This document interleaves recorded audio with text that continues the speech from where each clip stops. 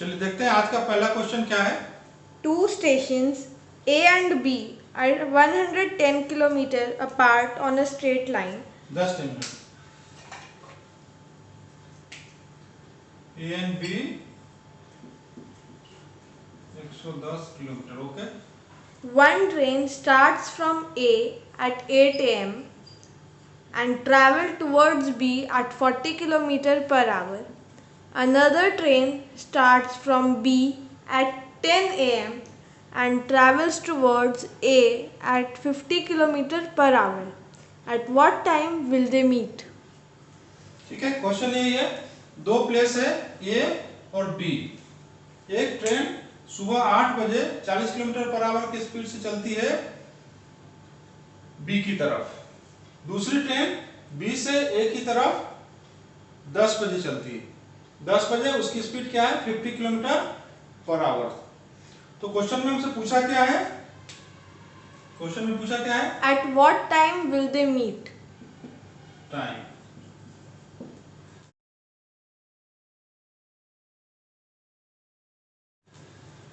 ए से बी की तरफ जा रही है, दूसरी बी से ए की तरफ जा रही है, तो बीच में कहीं पे दोनों ट्रेन मिलेगी।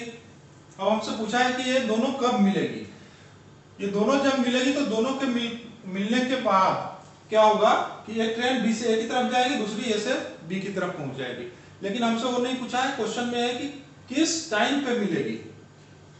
जब ए वाली ट्रेन बी की तरफ जा रही है और बी वाली ए की तरफ जा रही है, जब दोनों मिलेगी तो दोनों के मिलने के टाइम तक तय की गई दूरी क्या होगी?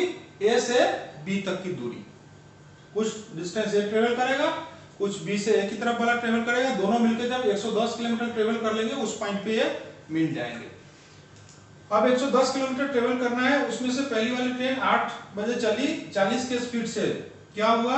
2 घंटे तक चली अकेले, बी अभी तक नहीं चली है, तो 2 घंटे मतलब 10 AM तक ए से बी की तरफ जो जा रही थी वो कितना किलोमीटर चल गया? 2 घंटे में 80 किलोमीटर।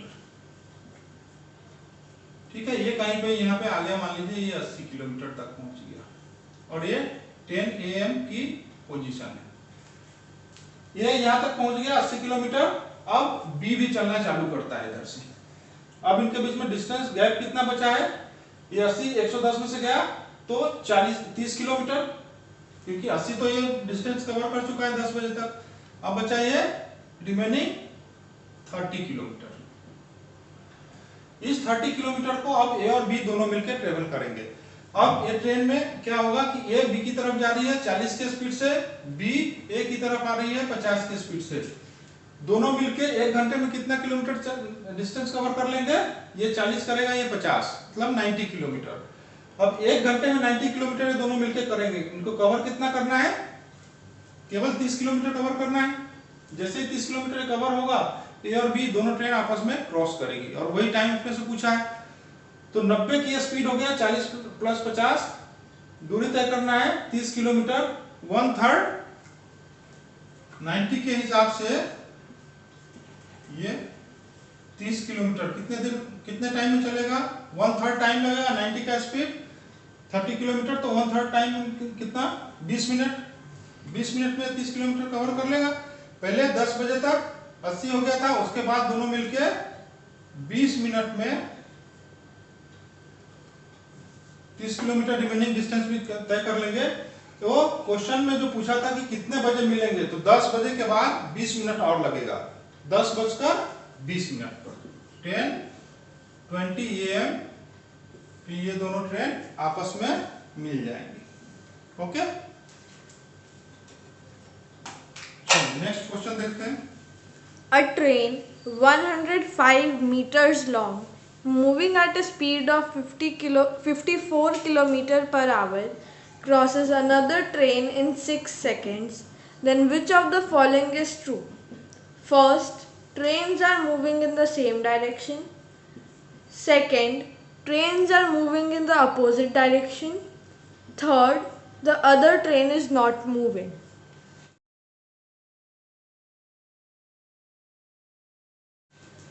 ठीक है, एक ट्रेन है 105 मीटर उसकी लेंथ है। क्वेश्चन में ये दिया है 105 मीटर लंबी ट्रेन है, उसकी स्पीड दिया है 54 किलोमीटर पर आवर।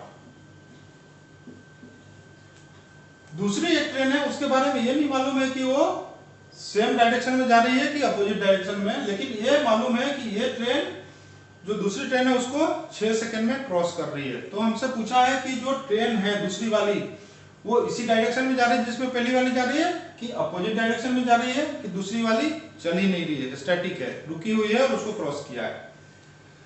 अब हमको यहाँ पे यह देखना है कि जब दो ट्रेन एक दूसरे को क्रॉस करती है तो अपना डिस्टेंस क्या कहता है, तय की गई दूरी जो होती है दोनों ट्रेन की लंबाई के बराबर होती है। हमको यहाँ लंबाई नहीं मालूम है, लेकिन ये मालूम है कि जब ये ट्रेन दूसरी ट्रेन को क्रॉस करेगी तो डिस्टेंस जो है 105 मीटर इसकी जुड़ेगी प्लस दूसरे वाले की जुड़ेगी। अब दूसरे वाले की जुड़ेगी वो हमको मालूम नहीं है, लेकिन ये हम इससे ये मालूम कर सकते हैं कि 105 मीटर से तो ज्यादा ही होगा, ग्रेटर देन 105 मीटर, क्योंकि दो ट्रेन की लेंथ जुड़ेगी। अब यहाँ पे क्वेश्चन में हमको टाइम कितना बताया, 6 सेकेंड। अब यहाँ से आप कैसे निकालेंगे कि सेम डायरेक्शन में है कि अपोजिट में है कि स्टैटिक है। अब ये सब आप थोड़ी देर के लिए भूल जाए, आप केवल ये देखें कि यदि ये ट्रेन जिसकी स्पीड 54 किलोमीटर पर आवर है, ये खुद की लंबाई के बराबर इसको डिस्टेंस कवर करना होता है, जैसे पोल को क्रॉस किया होता, तो कितना टाइम लगता है इसको, 54 के स्पीड से इसको मीटर पर सेकंड में करेंगे तो कितना हो जाएगा, 54 इंटू 5/18, ये 18×3 15 मीटर पर सेकंड। 54 किलोमीटर पर आवर या 15 मीटर पर सेकंड, स्पीड एक जैसा ही है दोनों, वो किलोमीटर पर आवर में हुआ या 15 मीटर पर सेकंड में हुआ। अब 15 मीटर पर सेकंड के हिसाब से अगर उसको खुद की लंबाई का डिस्टेंस कवर करना हो तो भी उसको कितना लगेगा, एक सेकंड में 15 मीटर, तो उसको 15 6 90 7 सेकंड में तो वो अपना खुद का लंबाई ही क्रॉस कर पाएगा। तो ये सब ट्रेन नहीं भी हो, खुद की लंबाई भी इसको कवर करना हो तो मिनिमम 7 सेकंड लगेगा, लेकिन यहाँ पे जो मिनिमम है उससे भी कम लग रहा है, यहाँ 6 सेकंड ही बताया। तो आपको कुछ भी निकालने की जरूरत नहीं है, इससे ये आप मीनिंग निकाल सकते हैं कि जो ये ट्रेन है उसकी जो स्पीड है जब वो दूसरी ट्रेन को क्रॉस करती है तो उस स्पीड से ज्यादा स्पीड से ट्रेवल करती है, ठीक है। 6 सेकंड में कवर हो रहा है, खुद की लंबाई वो 7 सेकंड में कवर करता है, लेकिन दोनों ट्रेन की लंबाई जो है 6 सेकंड में करता है। तो ये टाइम कम क्यों हुआ, क्योंकि जो दूसरी ट्रेन है उसका जो स्पीड होगा वो 54 में जुड़ गया होगा, तभी ये टाइम कम लगा होगा, नहीं तो मिनिमम 7 सेकंड तो उसको खुद की लंबाई तय करने में ही लग रहा है। तो इससे आप क्या कंक्लूजन निकाल सकते हैं कि जो दूसरी ट्रेन है उसकी स्पीड अगर जुड़ी है तो दोनों ट्रेन की स्पीड जुड़ती कब है, जब दोनों अपोजिट डायरेक्शन में जाते हैं। अगर सेम डायरेक्शन में जाते तो दोनों का डिफरेंस होता तो टाइम 7 सेकंड से भी ज्यादा लगता, क्योंकि यहाँ स्पीड 54 से कम आता, लेकिन क्योंकि 6 सेकंड में ही क्रॉस कर रहा है तो दोनों का स्पीड जुड़ा होगा, स्पीड बढ़ गया, उस कारण से वो जितना खुद की लंबाई तय करने में टाइम लेता है उससे भी कम टाइम में वो दूसरी ट्रेन को क्रॉस कर गया। तो अपना आंसर क्या आएगा, दोनों अपोजिट डायरेक्शन में जा रहे हैं, क्योंकि यहाँ पे स्पीड जो है ऐड हुआ है। Question number 3, 2 trains of the same length but with different speeds pass a static pole in 4 seconds and 5 seconds respectively. In what time will they cross each other when they are moving in first the same direction, second the opposite direction?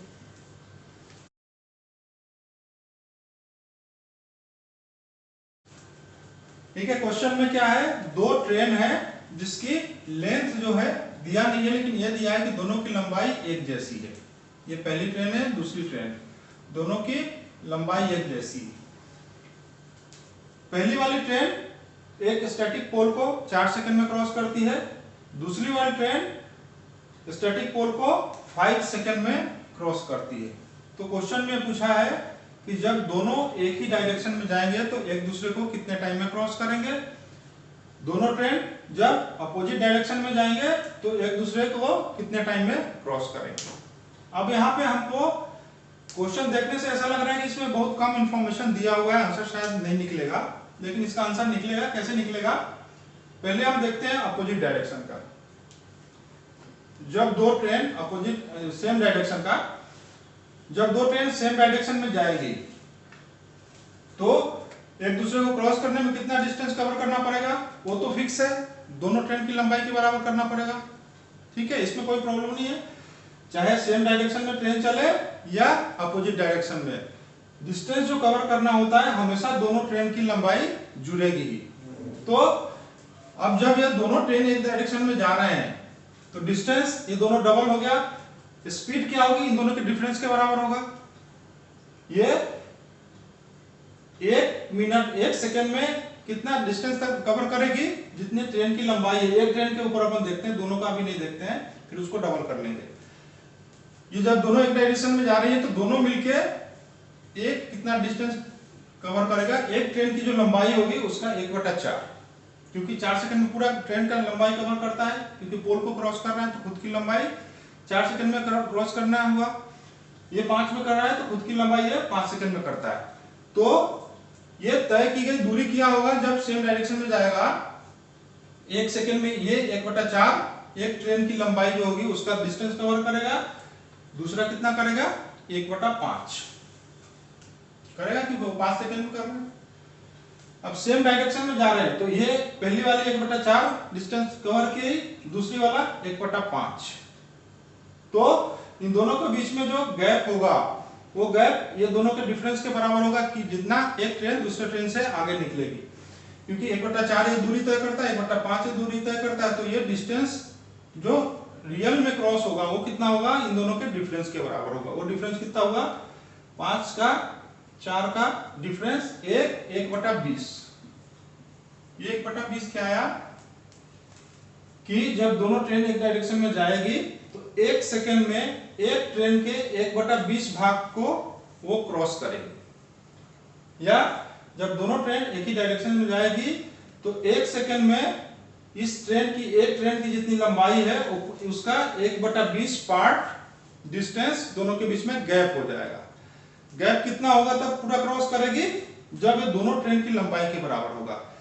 तो एक train की लंबाई के बराबर अगर distance का gap करना हो तो कितना टाइम लगेगा, 1/20 1 सेकंड में करता है तो ये ऊपर हो जाएगा 20 सेकंड में ये एक ट्रेन की लंबाई के बराबर डिस्टेंस कवर करेंगे, दोनों के बीच में गैप होगा। और अपना गैप कितना हो करना पड़ेगा, जब क्रॉस पूरा करना है तो दोनों के द्वारा जो लेंथ है उन दोनों का एडिशन होगा।